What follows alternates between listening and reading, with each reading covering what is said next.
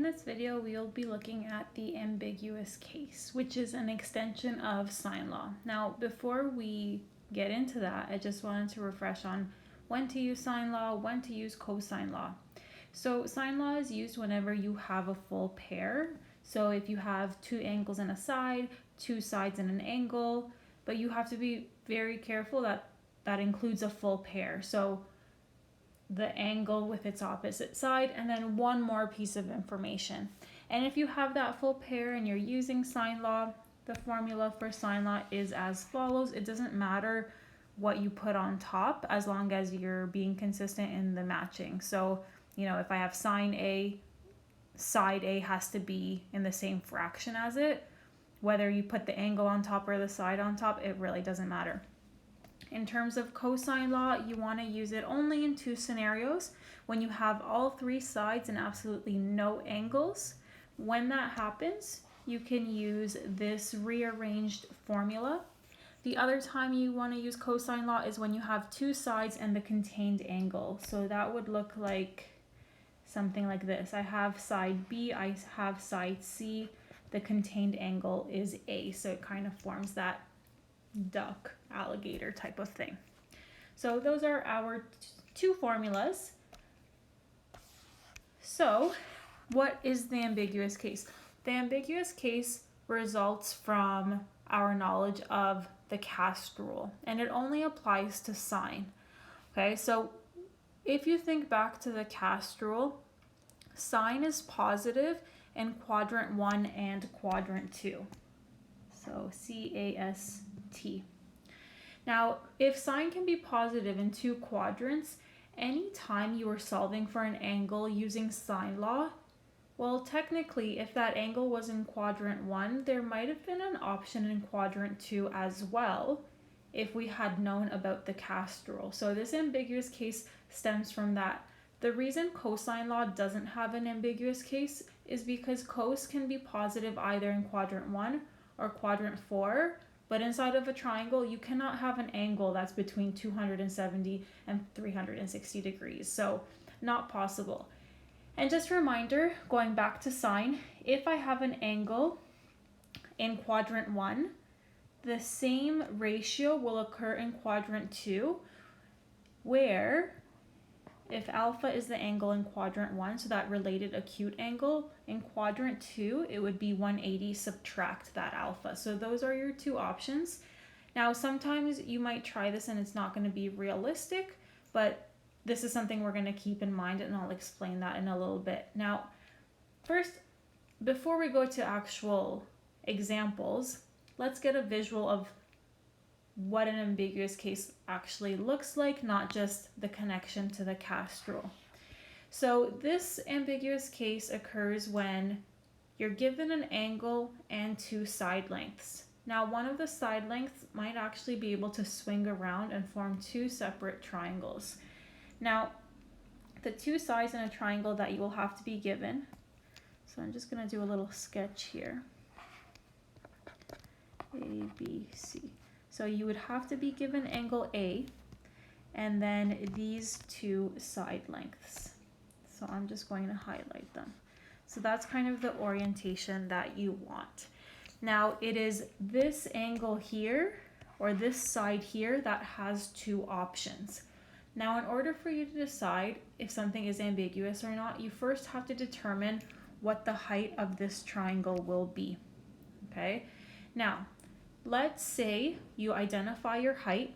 You're going to have to compare this height to this given side. If the given side is shorter than that imaginary height that we're calculating, there is no triangle possible. The height is the shortest distance from a vertex to the base. So if the side that I'm given is less than the height, there is no way to form the triangle. The second scenario is, and that's not ambiguous. The second scenario is maybe you calculate the hypothetical height and it ends up being the exact same as this side BC that I have in my diagram. In that scenario, it is just a right triangle, and then you can actually do SOHCAHTOA and not waste your time with sine law. Now here is the catch. If your height is less than the given side, So the given side here, the one that I've circled, BC, if it's bigger than the height, but it's less than the other side I gave you, so let's say this side here, then side A, or the one that I circled there, actually has two options. It can actually swing either to the right to form this acute triangle, or swing inwards to form this oblique obtuse triangle. Okay, so you have two options because it can swing around, and this is the ambiguous case. And the final option is that the side that you're given is bigger than the height, but also bigger than that side B, so then it can't swing around like that. That can't happen because it's too large. Now, how do you find the height that I keep talking about? Well, remember, if we look at our triangle up here, if I'm given this side, because I said you're going to be given it, the height would be opposite, and you'd be given the hypotenuse. So you'd be doing sine A equals the height over the other side I'm given. In my notes here, I've labeled it as B. So the height would be B times sine A. So the side that I'm giving you, that isn't the swinging side, times sine of that angle. Okay, and we will do this a few times, so not to worry. Now that we have a little bit of a visual, let's try this out. So in triangle ABC, A is 27 degrees, side A is 13, and side B is 17. I personally like to have the angle that I'm given in the lower left corner. I don't know why, the visual just makes more sense to me. So to start, I'm just drawing a generic triangle. So I'll put A here, I'll put B on the bottom and C on the top. Again, for my visual, I like having my two known sides at the top.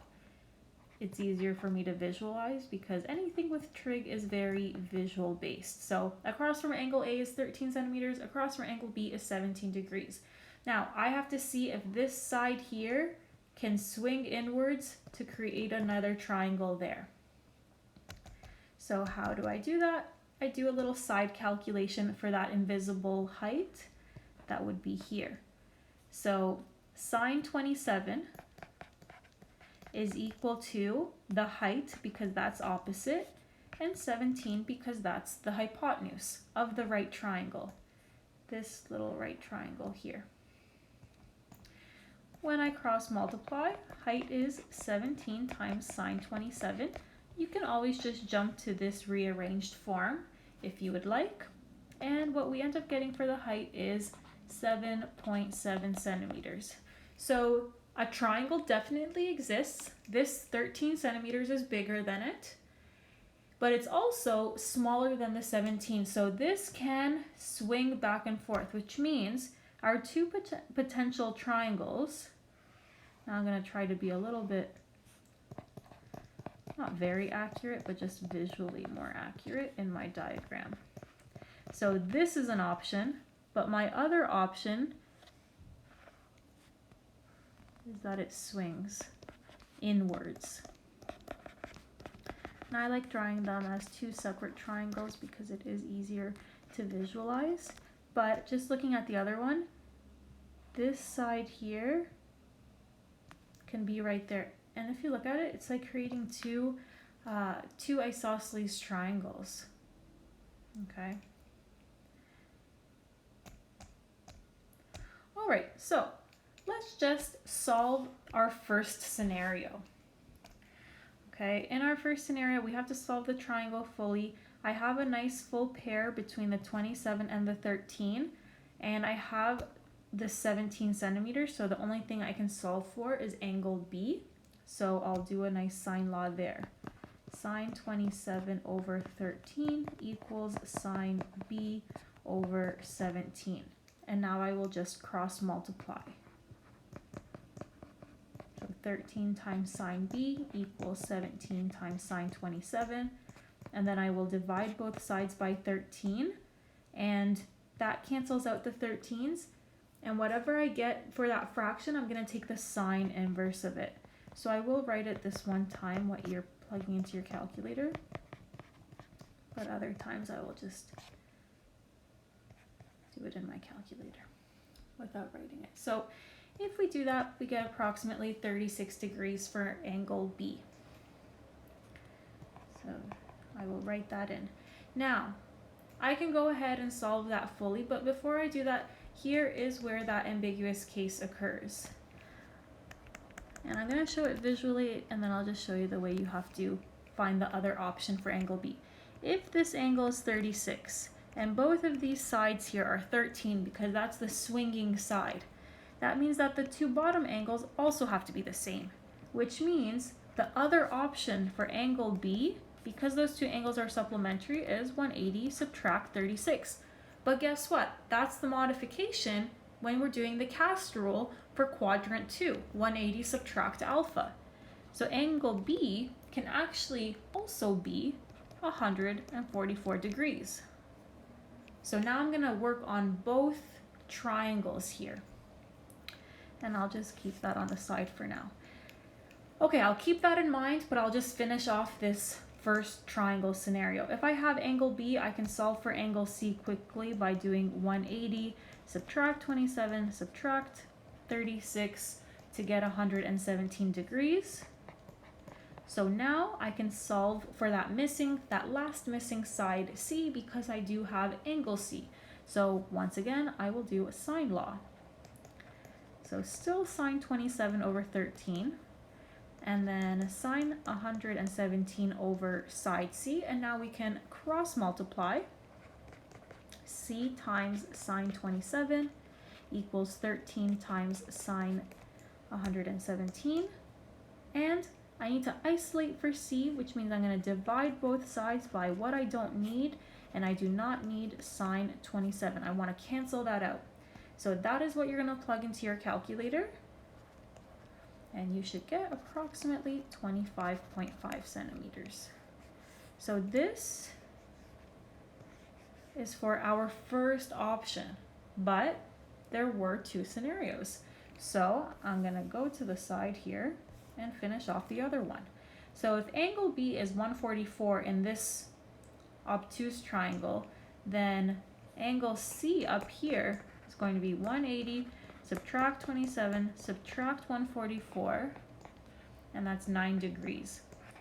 Now, if you accidentally classify something as an ambiguous case, this calculation will catch your mistake. Let's say you do this 180 subtract alpha, you get an angle for B, and then you go to solve for that last angle. If you get a negative number, that's a problem. And it's probably because you classified something as ambiguous when it in fact was not. All right, let's do another sine law. You will get sick of doing sine law after this ambiguous case because you do it so much. So sine 27 over sine 13 equals sine 9 over that little side C that we want. Cross multiply. And once again, divide both sides by sine 27. Cancels out here. We plug in 13 sine 9 divided by sine 27, and we get approximately 4.5 centimeters. So that's our second option. So that base can either be really long, that 25.5 centimeters, or really short, that 4.5, if that 13 centimeters swings inwards. All right, let's go on to our next one. In triangle ABC, A is 11.5, B is 8.3, and angle A is 32. Draw the triangle and solve it. All right, so once again, I'm going to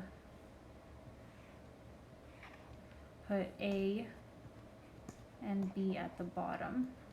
That way I can have my angle on the bottom left. Side A across from it is 11.5, and side B across from angle B is 8.3 centimeters. So first of all, you might want to go check your height, but right away I noticed that 11.5 is larger than 8.3, So there is no way for this arm to swing inwards. Like this 11.5 can't go like that because their 8.3 would have to be the longest side to create that triangle, and 11.5 is longer. So this is not ambiguous case.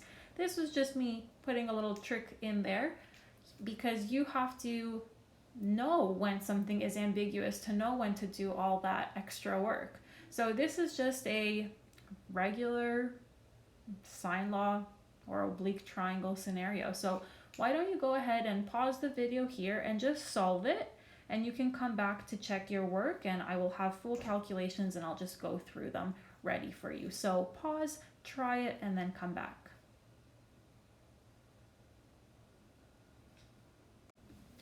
All right, so first thing, 32 matches with the 11.5, so sine 32 over 11.5 equals sine B over 8.3. I cross multiplied, I did skip a step here, but the middle step would be 11.5 times sine B equals 8.3 times sine 32. So here it is, but then I had to divide both sides by 11.5. And then I can take the sine inverse to get 22 degrees for angle B. And then I'll subtract 180, subtract 32, subtract 22, and I get 126. And now I can do another sine law. So I kept the same sine 32 over 11.5. And this time I needed the C pair. So sine 126 over side C, cross multiplied. Again, I skipped a step. The 11.5 was multiplied with sine 126, and C was multiplied by sine 32, but I had to divide both sides by sine 32. And I got 17.6 centimeters for side C. And this was just a regular grade 10 example. Let's try another. So in triangle DEF, D is 42 degrees, side D is 10 meters, and side E is 12 meters. So I'm going to put D on the bottom here and side D across. I want the 12 meters on the left, so I will label this E.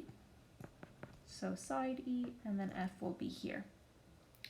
First step, because I see I have a sine law between the 42 and the 10, I have to check for ambiguous case. If this scenario had been a cosine law, there's nothing to check for, but I do need to check for that height. So the height is going to be just 12 times sine 42, because remember it would have been sine 42 equals h over 12, and this gives you about 8 meters.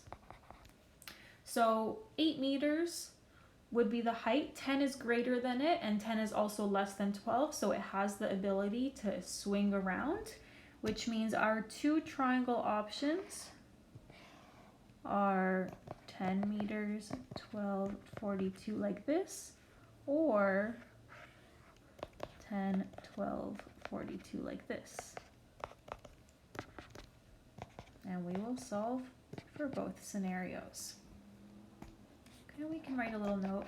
Ambiguous because 10 is greater than 8, but it's also less than 12. Okay, so let's begin. My first full pair is between the 42 and the 10. So sine 42 over 10 equals sine E over 12. Okay, so why don't you pause the video here, finish it off, find E, and then also find the other option for E for the ambiguous case. And then when you're done, come back and check. All right, so when you cross multiply, 10 sine E, 12 sine 42, divide both sides by 10, and this is what you're taking the sine inverse of in your calculator. So angle E equals 53 degrees. Our ambiguous case is that angle E equals 180 subtract alpha, like in the cast rule. So that's 127 degrees. And now we can find that angle F in each scenario. So 180, subtract 53, subtract 42 to get 85 degrees. And then here's the moment of truth if we classified it correctly. So 180, subtract the 42, subtract the 127, and F is in fact a positive 11 degrees. So far so good. We just have to do another sine law in each scenario to find side F. So why don't you go ahead, pause the video, set up each one, solve for your two options for F, and then come back to check your work. All right, so hopefully you got 14.9 and 2.9 meters for those two options. But just to set it up, sine 42 over 10 was the D pairing. Sine 85 over F was that new angle F with the side that we're looking for. When I cross multiplied, 10 went with sine 85, F went with sine 42, and the sine 42 had to be divided out to get 14.9 meters. And then same setup with the other one, but it was sine 11 over F and got 2.9. So if you did that correctly, awesome. If you didn't, check to see where you went wrong. Maybe you set it up wrong, calculator, or your cross multiplication. Okay, let's do one more example, and this one will be a word problem.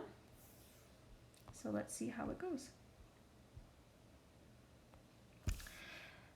Mr. Johnson and Mr. Berthium are part of a science team studying thunderclouds. They are about to launch a weather balloon into an active part of a cloud. Mr. Johnson's rope is 7.8 meters long and makes an angle of 36 degrees with the ground. Mr. Berthium's rope is 5.9 meters long. How far to the nearest tenth of a meter is Mr. Johnson from Mr. Berthium? All right, let's start with the diagram to make sense of this. So Mr. Johnson is somewhere on the ground here. And let's say this is the ground. And he has a rope and it makes an angle of 36 degrees with the ground.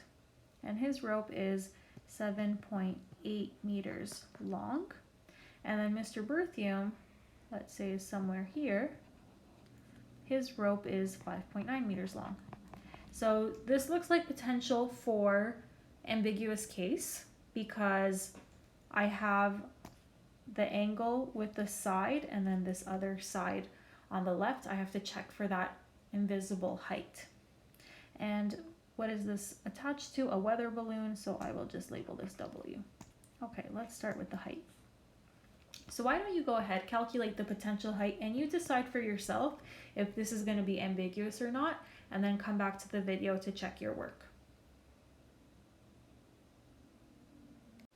All right, so this is ambiguous. If you calculated the height, it should have been 4.6 meters, and that 5.9 is bigger than the height, but it's also smaller than Mr. Johnson's rope. So this is ambiguous. So let's go ahead and draw a better diagram here to represent our scenario.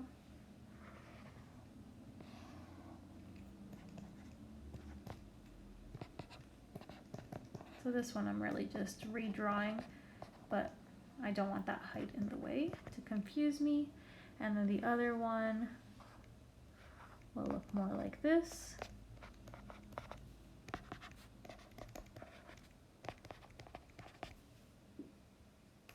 All right, so why don't you go ahead, solve for angle B and the other option, and then come back to the video and check your work before you go on, just so that if there's a mistake, you can catch it before you do all this work. So pause, try for angle B, both versions, then come back. All right, so for angle B, hopefully you got 51 and 129. So here is our sine law setup. Cross multiplied, divided both sides by 5.9, and then took the inverse of this entire thing, the sine inverse, to get 51. And then the ambiguous case would be 180 subtract alpha, or 51, to get 129. If you did that, great. Now you're literally just going in and solving for the rest of the triangles. So 51 here, 129 here. Go ahead and solve for the angle at the weather balloon, and then the missing side W, and then come back to the video to check your work. All right, so your first setup, sine 36 over 5.9 equals sine 93 over w. Hopefully you got 93 for w, and then the other one 15. When you cross multiplied, 10 should have been your first answer. When you set up the other one at the 15 degrees, 2.6 meters for the other. And then I wrote my therefore statement. And that's it for ambiguous case. So again, it only applies for sine law, and it will only occur if the side opposite the angle is greater than the height but less than the other one, so it has that potential to swing. But again, if you assume something is ambiguous case when it isn't, when you find all three angles of that oblique obtuse triangle, you will get a negative number. It won't make sense. So yeah, that's it.